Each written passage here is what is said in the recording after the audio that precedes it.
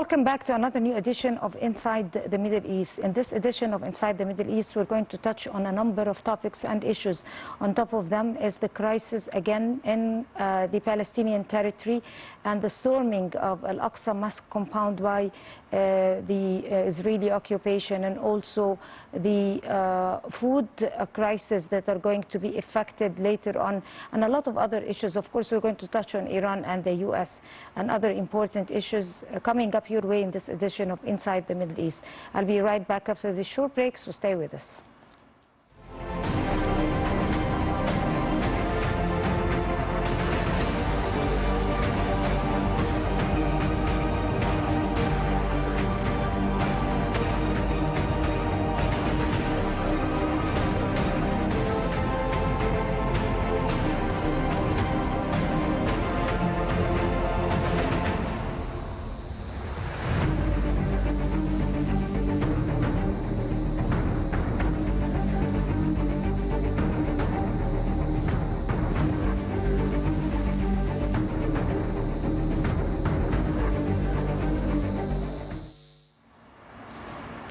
Welcome back, and we start off with Yemen's pro-Iranian Houthi rebels who have claimed attacks in the Red Sea on 2 Saudi oil tankers, and they say they will blockade the Bab el-Mandeb Strait, a crucial passage to the Red Sea, as part of a maritime blockade of Saudi Arabia. Known as the Gate of Tears in Arabic, the Bab el-Mandeb Strait sits at the southern tip of the Red Sea, connecting it with the Gulf of Aden and the Indian Ocean. And it's about 100 kilometers long and 30 kilometers wide. At its narrowest, it separates Yemen on the Arabian Peninsula of Djibouti and Eritrea on the Horn of Africa. With the Red Sea, a key link between Europe and Asia, the strait is one of the busiest shipping lanes in the world, and oil tankers and cargo ships use it to reach the Suez Canal and the Mediterranean, shortening journeys between Asia and Europe and North America by thousands of kilometers. And according to a Suez Canal Authority report, around 26,000 ships transited through the Suez Canal in 2023, but this fell to 12,700 by 2025 after Houthi rebels attacked ships in the Red Sea. Even before the Middle East war, Bab el-Mandeb as a key route for oil shipments, with U.S. Energy Information Administration saying 12% of the world oil shipments transited the strait in 2023. Attacks by the Houthis linked to the Gaza war caused shipping to drop dramatically, but Iran's closure of the Strait of Hormuz ramped up its importance once again.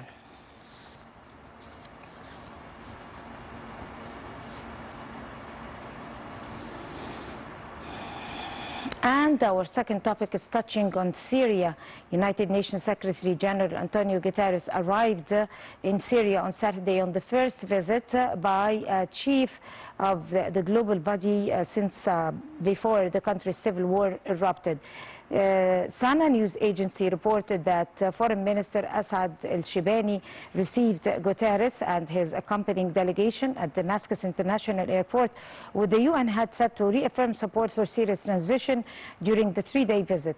Meanwhile, the UN Secretary General Antonio Guterres urged international support for Syria on Saturday as he visited the country, which is in transition following years of war and the 2024 overthrow of longtime ruler Bashar al-Assad.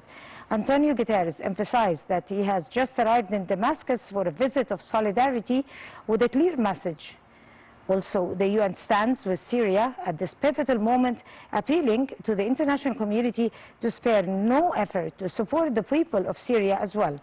The UN chief is also set to meet representatives of Syrian civil society and non-governmental organizations supporting women issues and women affairs, and address and the new transitional parliament, which held its first session earlier this month.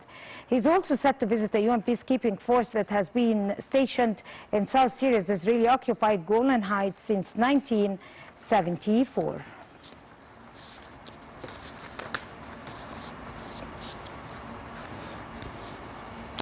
And the UN committee on Friday inscribed a major archaeological site in the West Bank and a group of castles in southern Lebanon on the World Heritage list that is despite objections from Israel. The decision at a UN Educational, Scientific and Cultural Organization meeting in South Korea came days after Israel's foreign ministry urged committees to reject efforts to designate the small West Bank town of Sebastia and Lebanese castles, calling the nominations a weaponization of cultural heritage. Members of the UNESCO committee decided to place Sebastia and 5 castles in Lebanon Mountain Amel area on both the World Heritage list and the list of World Heritage in danger after reviewing the nominees on an emergency basis, citing ongoing conflicts inside the Middle East.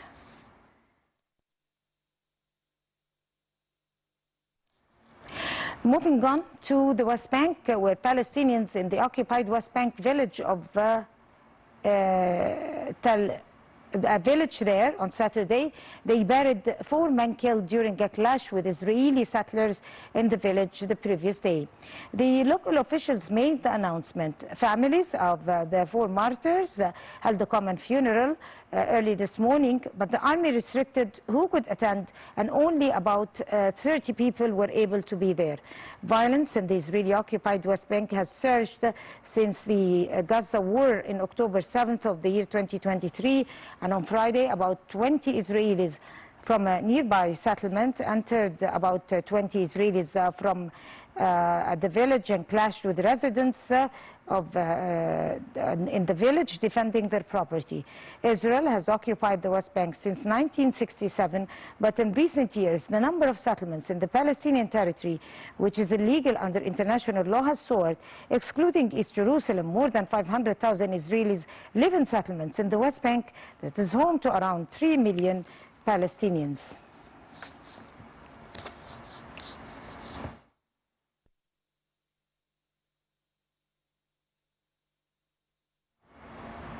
Meanwhile, Israeli banks have informed their Palestinian counterparts that they intend to end critical banking services within weeks. And Palestinians and Israeli officials said on Thursday, raising fears of an economic crisis in the West Bank. These banking links are essential for financing imports from Israel to the occupied Palestinian territory, including electricity, water, fuel and food, as well as for transferring wages earned by Palestinians working in Israel. Meanwhile, the Palestinian Monetary Authority governor announced that these channels are a cornerstone of the infrastructure that underpins trade, commerce and the daily life of millions of people. 5 Palestinian banks that rely on Israeli bank Hapobalim for correspondent banking services will lose access on October 1st. Those working through Discount Bank for a September 1st cut-off.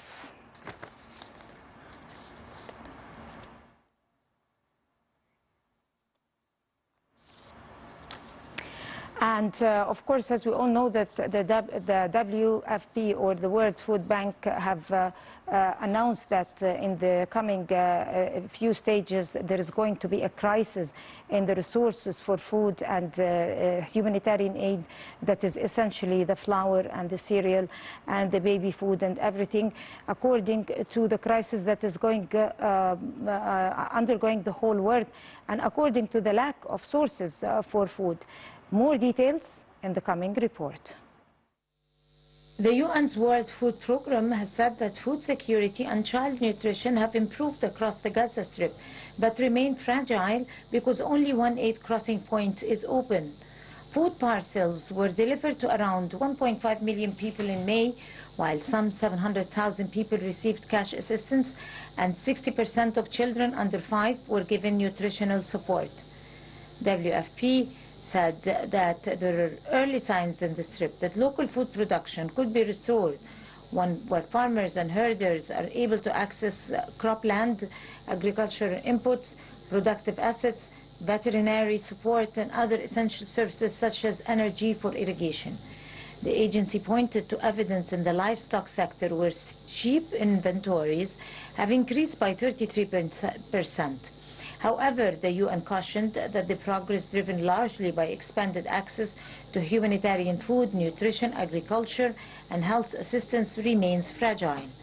The World Food Programme, WFP, said that while access into Gaza has improved, only one crossing, Karm Shalom or Karm Abu Salim in the south of Gaza, remains open, limiting the flow of essential goods.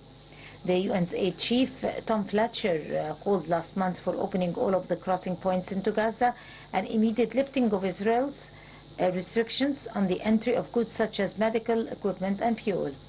However, the two-year-old war between Israeli forces and Palestinian Hamas severely damaged Gaza's agricultural sector. The WFP said that more than 70% of Gaza's cropland is accessible and only 3% is currently usable.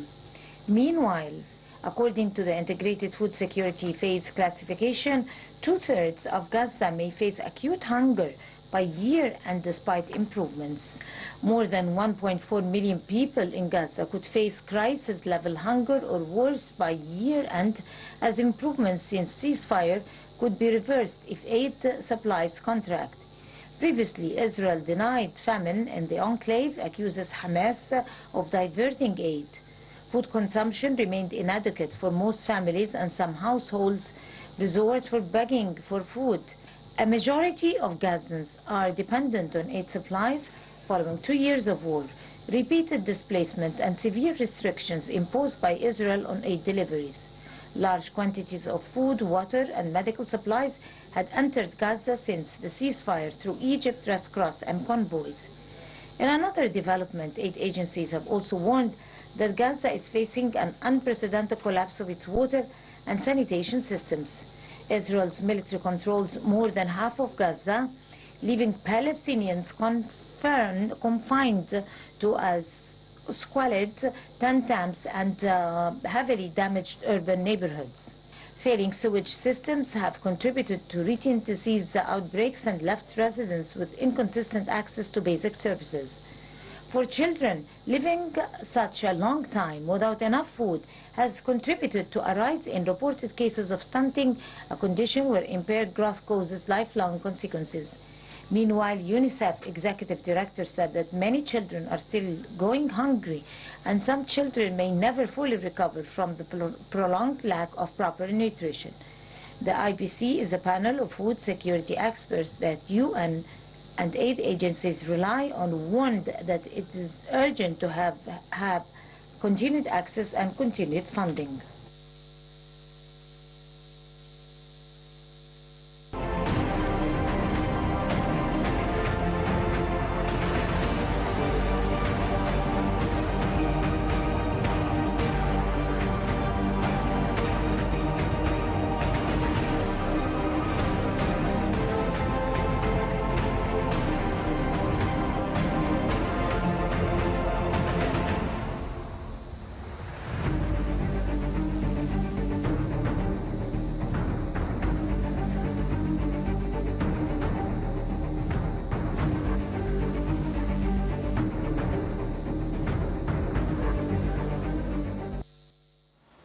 Welcome back once again, and for more details, we're very delighted to be having with us over the phone His Excellency Ambassador Mohamad Shazly, former Assistant Foreign Minister.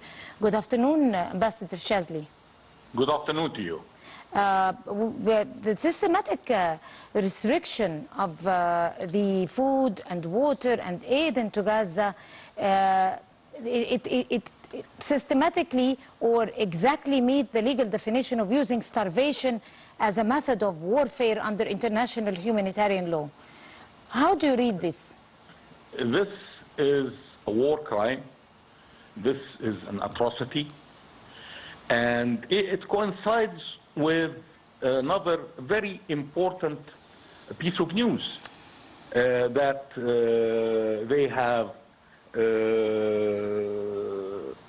removed the Attorney General of the International Criminal Court, which you have to put this side by side and see that there is an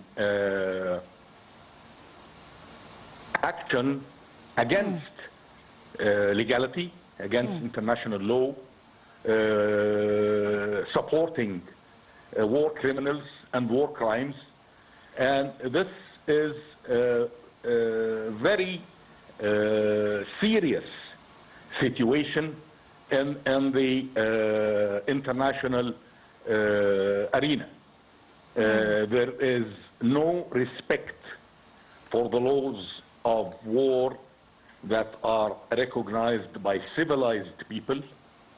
There is coercion against the legal system that prevents this kind of behavior. And I think it is time for the international community, or those of the liberty and loving people all over the world, in spite of their nationalities, in spite of their national allegiances, to stand firmly against this travesty of justice and against this mayhem that is going on in the international arena. What exact new evidence that has been submitted to the International Criminal War regarding the war crimes and crimes against humanity in Gaza, again as new in this new era after the meeting in Sharm el-Sheikh, because things are still ongoing the same way they are, and we have seen the incursion at the Aqsa Mosque compound. But let's talk about what's happening in Gaza and the mass killings again, and the crimes against humanity, and attacking women and children, killing children. Many children are being killed every day. I mean, you're talking about the evidences. Yes. We are not talking about a crime that has been committed between closed doors. We are talking about crimes that have been covered by the international media, photographed by television, witnessed by international personnel, media and politicians from all over the world. This is as evident as daylight. We do not need to find clues or to find evidence. The evidence is as clear as daylight. And whoever is looking the other way so as not to see the evidence is committing a travesty against justice and is a participant in the war crimes that are being committed. Right.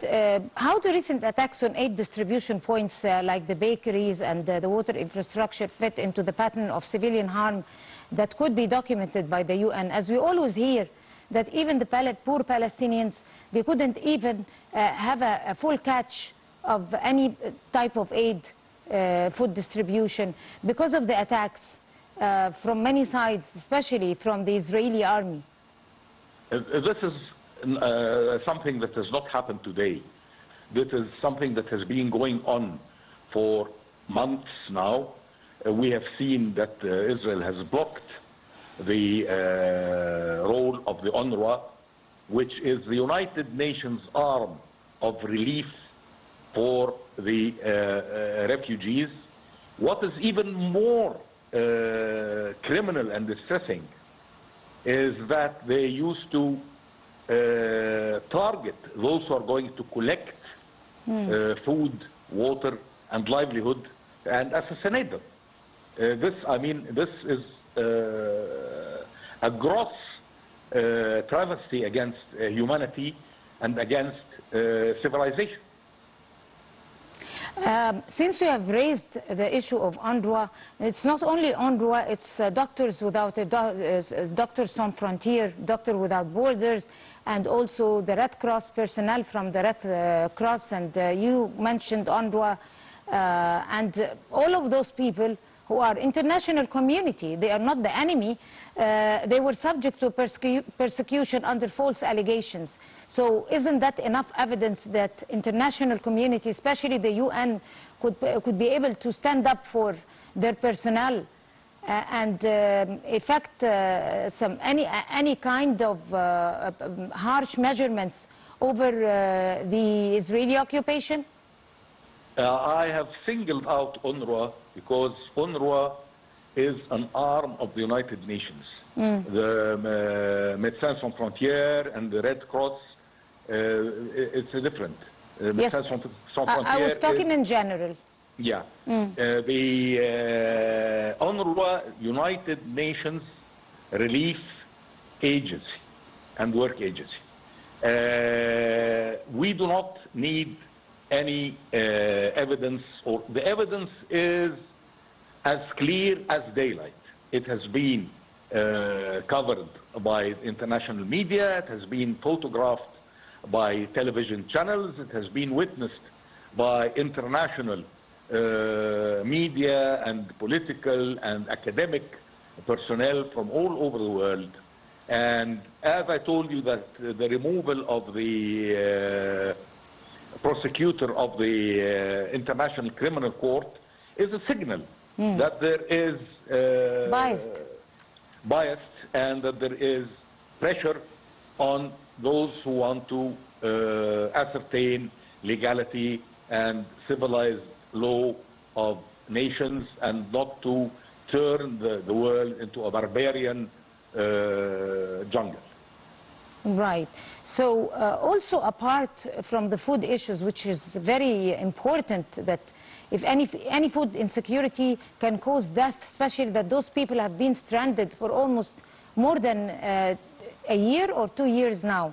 So even hospitals were bombarded. The women and children were subject to constant attack by the Israeli occupation forces with no mercy whatsoever. And even the patients and casualties were obstructed from having any accessibility to medicine or treatment. Even the doctors were killed.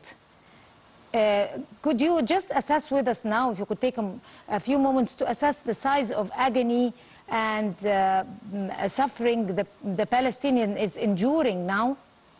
The suffering and evidence is, I say again, as clear as daylight. We have over 70,000 people killed.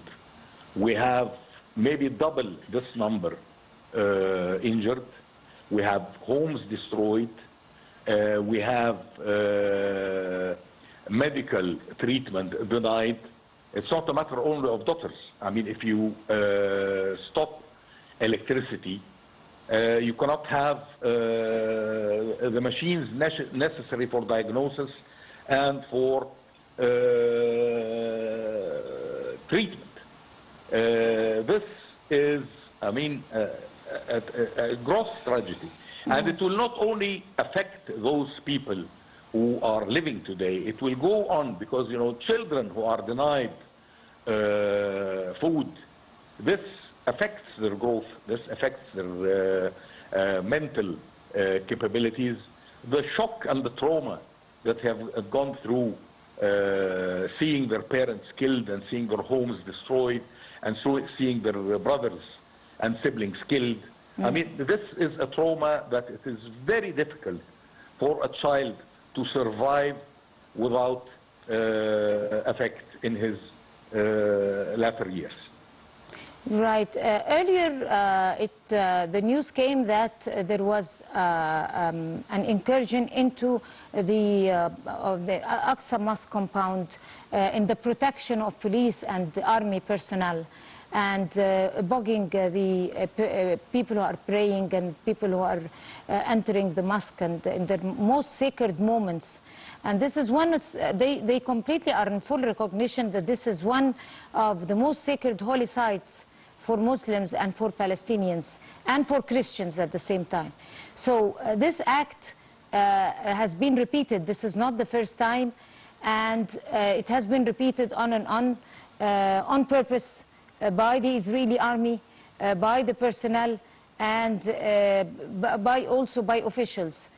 How do you see the reaction, or how do you expect the reaction of the U.S. now and the international community, especially that the U.S. have suggested a peace board after the summit in Sharm el-Sheikh, and they are working on taking further steps towards sorting out the problem and a two-state solution?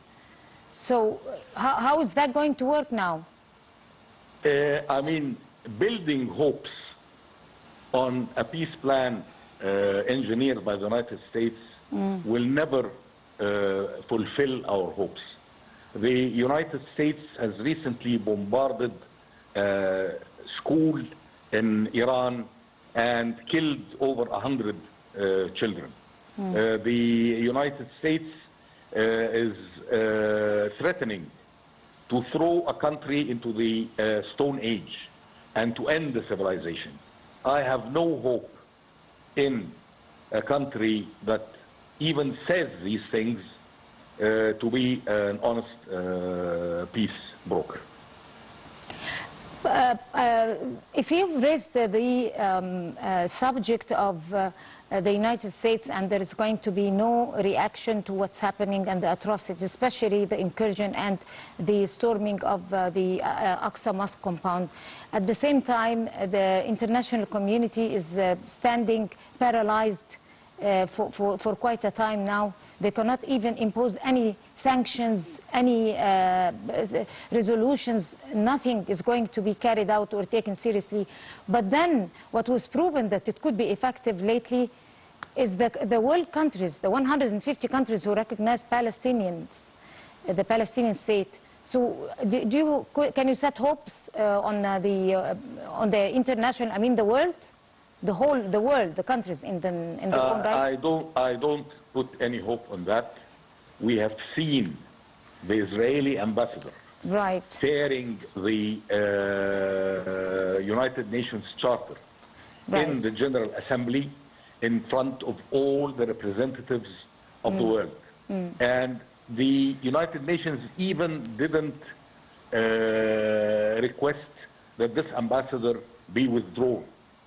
This is a travesty against the international legal system. It is up to the Palestinians and up to the Arabs and up to the Muslims to stand against this aggression. On that note, I would like to thank you, Ambassador Mohamad Shazly, a former Assistant Foreign Minister. Thank you so much talking to us inside the Middle East. And by this we come to the end of this edition of the program. Many thanks to all of you. Until we see you again, that's a good